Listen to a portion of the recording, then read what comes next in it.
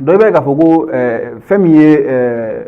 douanza gouverneur yɛrɛ i b'a ye k'a fɔ ko ale yɛrɛ tun ye proposition dɔ kɛ o de ye k'a fɔ ko nin car minnu jɔlen don ani nin tamasirala ninnu ka fɛɛrɛ kɛ maintenant ka convoi bila u ɲɛ n'o o ye ka finitigilakaw don mobile kɔnɔna la ka se ka bila u ɲɛ walasa k'u latɛmɛ jarisima yɔrɔ ninnu na binna gɛlɛya kɔnɔ Mali nin yɔrɔ in na jamana ɲɛmɔgɔ ye nin wulikajɔ fana ta k'a sɛgɛrɛ o fana bɛ tɔw bɛɛ réconforter hali u bɔra k'u ka denbaya minnu famille minnu to Bamakɔ yan nɔ olu bɛɛ bɛ réconforter ka an bɛ juma dɔn la juin kalo tile 10 san 2022 Malati fila juma bɛɛ lajɛlen furu an b'a fɔ bisimila an ka kunnafoni caman juru kan kɛnɛ kan an yɛrɛ bɛ si caman bɛ ɲɔgɔn bolo nafa kɔrɔlen bi an bɛna masala min kan dɔ wɛrɛ o de ye k'a fɔ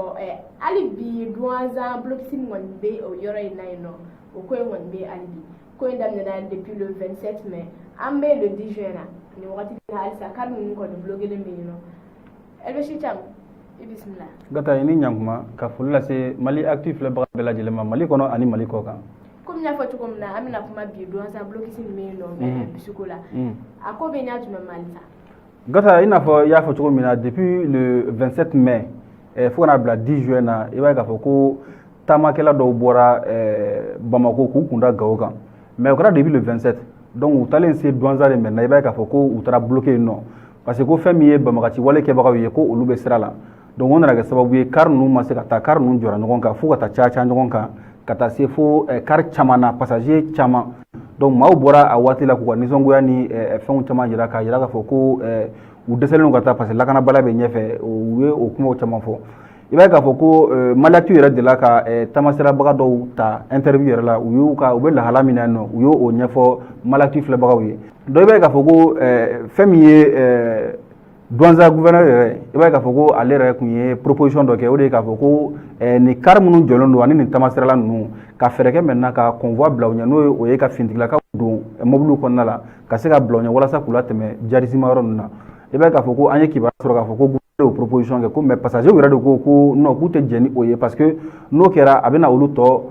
exposer davantage parce que ni finitigilakaw bila l'olu ɲɛfɛ ka bila olu ka mobile kɔfɛla la ka taga i b'a ye k'a fɔ ko jugu ni a ma ɲa ko a bɛ na ni car gansan don u bɛ se ka na siraw tigɛ ka mɔgɔw lajigin k'u f'u ye k'u garisɛgɛ ta mɔgɔw kun ka taa ni a ye mais ni surasiw don a bɛ se ka kɛ u b'a fɔ k'u b'u to yɔrɔ jan de k'a fɔ k'u bɛ mugujuguw ci walasa k'a fɔ k'u ka surasiw bɔ a la fɔlɔ walasa ka se ka se car kɔnɔ mɔgɔw ma donc passagers ko olu sera donc gata i b'a ye k'a fɔ ko 27 mai fo kana bila 10 juin na i b'a ye k'a fɔ ko tile 10 ani kɔ bɔɲɔgɔn i b'a ye k'a fɔ ko nin blocus nin bɛ douanza mara kɔnɔna la nka fɛɛrɛ kura de nana sɔrɔ sisan walasa maaw bɛ se ka bɔlen kɔfɛ Bamako u bɛ se ka u seyɔrɔ lasɔrɔ cogo di n'o o ye Gawo kɔnɔna ye i b'a ye k'a fɔ ko an b'a fɔ fɛn min ma ko minibisiw n'o o ye mobili misɛnmaninw ye minnu tɛ car fana bɔ kundama la ani bonya la donc i b'a ye k'a fɔ ko olu de bɛ ka na passagers ta sisan à partir de douanza olu bɛ passagers ta ka sira misɛnmisɛnninw ta ka t'u yɛrɛ sɔrɔ d'abord Ombori maintenant u bɛ sira ninnu ta maintenant ka t'u yɛrɛ sɔrɔ Gosi fana kɔnɔna la et de Gosi u bɛ t'u yɛrɛ sɔrɔ Gawo kɔnɔna la donc minibisiw dɔrɔn tɛ i b'a ye k'a fɔ ko an b'a fɔ mobili min ma ko BJ mɔgɔ caman b'a dɔn ten cogo la BJ n'i y'a ye k'a fɔ ko Bamako yan nɔ i b'ale de ye an ka polisilakaw bolo kosɛbɛ voilà donc surtout an ka polisiw parce que mɔgɔw b'olu le maintien donc u bɛ maintien kɛ ni mobili 4x4 pick-up minnu ye donc i b'a ye k'a fɔ ko olu mobili jar ninnu de fana bɛ Touareg dɔw bolo o fɔra an ɲɛna cogo min na donc olu de fana bɛ maaw ta à partir de douanza ka don n'o ye Ombori ka don n'o ye Gosi ka t'u yɛrɛ sɔrɔ fo Gawo nin waati in na donc gata blocus an bɛ don min na an bɛ se k'a fɔ ko a bɛ ka sen na halisa parce que fɛn min ye Bamakaci wale kɛbagaw ye olu bɛ sira la olu bɛ sira min kan o ye cartigiw bɛ sira min emprunté ka kɔrɔ walasa ka t'u ka destination na i b'a ye k'a fɔ ko a ma ɲa a tɛ ka se ka ban mɔgɔw dun ka ciw bɛ Gawo Bamako cɛ ka denbaya u bɛ Gawo ni Bamako cɛ u ka se k'a fɔ ko u bɛna to sigilen ten tɔ parce que ko Bamakaci wale bɛ yen nɔ k'u tɛ taa bɔ u ka sigida la donc u ye fɛɛrɛ min sɔrɔ bi gata o ye nin ye sani jamana ɲɛmɔgɔw yɛrɛ ka se ka fɛɛrɛ ɲuman sɔrɔ ka se ka nin blocus ko in k'a ban cogo min na mɔgɔw ka se ka wuli Bamako fo Gawo hɛrɛ ani baden kɔnɔna la. I bɛ si caman kɔnɔna la e tun b'a la ka explication dɔ kɛ ne yɛrɛ yɛlɛ la yɛlɛ min don yɛlɛ tɛ k'a fɔ n b'a la ka yɛlɛ u la nka ko in ma a faamuya de quoi comment ça se fait a fɔra k'aw bɛ accompagner par les soldats les militaires dɔ bɛ bila o kɔfɛ dɔ bɛ bila o ɲɛfɛ sécurité bolo sécurité o fana sécurité dɔ ye dɛ ouais sécurité dɔ don i n'a fɔ insécurité dɔ fana bɛ a kɔnɔna la parce que n y'o o de fɔ i b'a ye ni car gansan don si c'est des véhicules civils qui sont alignés i b'a ye k'a fɔ ko olu mode opératoire ani si les véhicules civils sont accompagnés par des véhicules militaires, il va y avoir un mode de braquage, un mode opératoire, ça diffère selon le type de convoi. Donc il va y avoir des fintilakaw be non. Itina se ka fɔ k'i bɛ taa yiri bi olu bɛɛ ɲɛ k'a fɔ ko bɛɛ k'i bolo kɔrɔta bɛɛ ka jigin o fintilaka fara karikɔrɔmɔgɔw ko bɛɛ ka jigin o non a tɛ kɛ ten cogo la fintilaka minnu bɛ yen nɔ e ye marifatigi cogo min na ne ka bingani wale kɛ fintilaka ninnu fana ye marifatigi cogo la olu bɛ lakana baara kɔnɔna la donc fintilaka ninnu de ye menace ye donc fo banbagaci wale kɛbagaw k'a se ka fintilaka ninnu k'olu de bɔ a la fɔlɔ walasa ka se ka fɛrɛ passager n'u bolofɛnw ma donc o fintilakaw ɲinitɔ i b'a ye k'a fɔ ko bali tɛ fɛ ko ni i y'a ci k'e bɛ tila k'a commander a ka taa e sagona yɔrɔ la n'a bɔra marifa da fɛ ka ban kɔni a bɛ taa yɔrɔ min na e sago t'o la tuguni donc i b'a ye k'a fɔ ko peut-être o siran e fɛ passager b'a ye k'a fɔ ko ni fintilaka ninnu ɲinitɔ anw yɛrɛ caman bɛ sɔn ka bɔrɔntɔ a ko senfɛ donc o ɲuman ye min a ye solution wɛrɛ ɲini mais convoi ko in an ma jɛ n'o ye ayi u dalen d'u la dɛ u dalen d'u la parce que fintilakaw a bɛ se ka kɛ attaque yɛrɛ bɛ kɛ fintilakaw yɛrɛ bɛ sebaaya sɔrɔ jugu yɛrɛ kan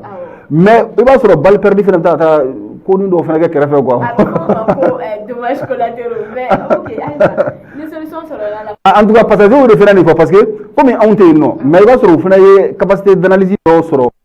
u ye analyse dɔ kɛ u yɛrɛ ye k'a yira k'a fɔ ko nin option filɛ ka proposer anw ye est ce que an ka nafa b'a la est ce que an ka nafa t'a la i b'a sɔrɔ ils ont pesé le pour et le contre parce que a kɛra cogo o cogo olu de pressé ka s'u seyɔrɔ la parce que u bɛ yen nɔ u ka dumuni dahirimɛ b'u yɛrɛ kan hali tuma dɔ la ka taa ɲɛgɛn la ka t'i yɛrɛ sɔrɔ o yɛrɛ fana bɛɛ ye problème ye k'a fɔ k'i ka ko ka jɛ yɛrɛ fana o fana ye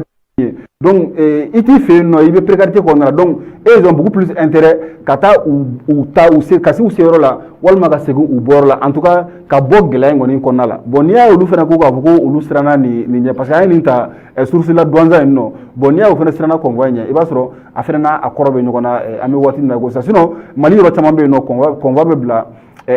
bolimafɛnw ɲɛ ma k'u escorter hali Mali kɔ kan n'i taara Mali dafɛdugu jamana caman bɛ yen nɔ menace bɛ yɔrɔ minnu na à partir d'une certaine heure de la nuit i b'a ye k'a fɔ ko convoi bɛ bila mobiliw ɲɛma ka u escorter ka zone dɔw latɛmɛ des zones qui sont considérées comme à risque i m'a ye donc des zones peut-être attentatogènes attentat bɛ se ka kɛ yɔrɔ minnu na ka olu latɛmɛ ni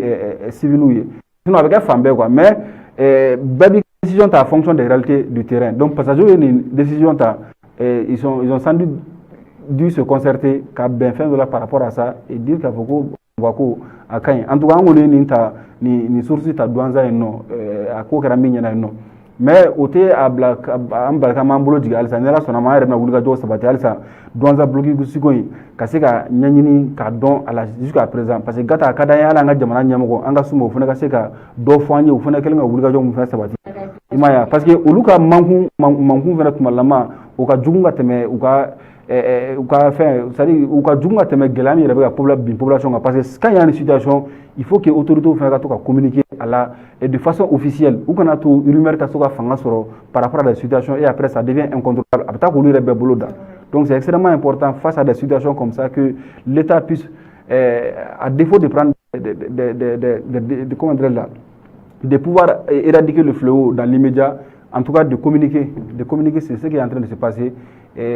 pas forcément sur ce qui est en train d'être entreprise maintenant pour que se ka abaler parce que les stratégies militaires ou stratégie yɔrɔ yo olu bɛ se ka kɛ gundo ye mais situation bɛ yen il faut communiquer sur ça et dans l'immédiat proposition min bɛ aw bolo solution b'aw bolo maintenant pour que se ka population minnu bɛ ka voyager ka se ka soulager a bɛ se ka communiquer o fana kan non seulement voyagekɛlaw ka bɔ a kalama mais maliyɛn tɔw fana bɛɛ ka bɔ a kalama ka fɔ maliyɛn dɔw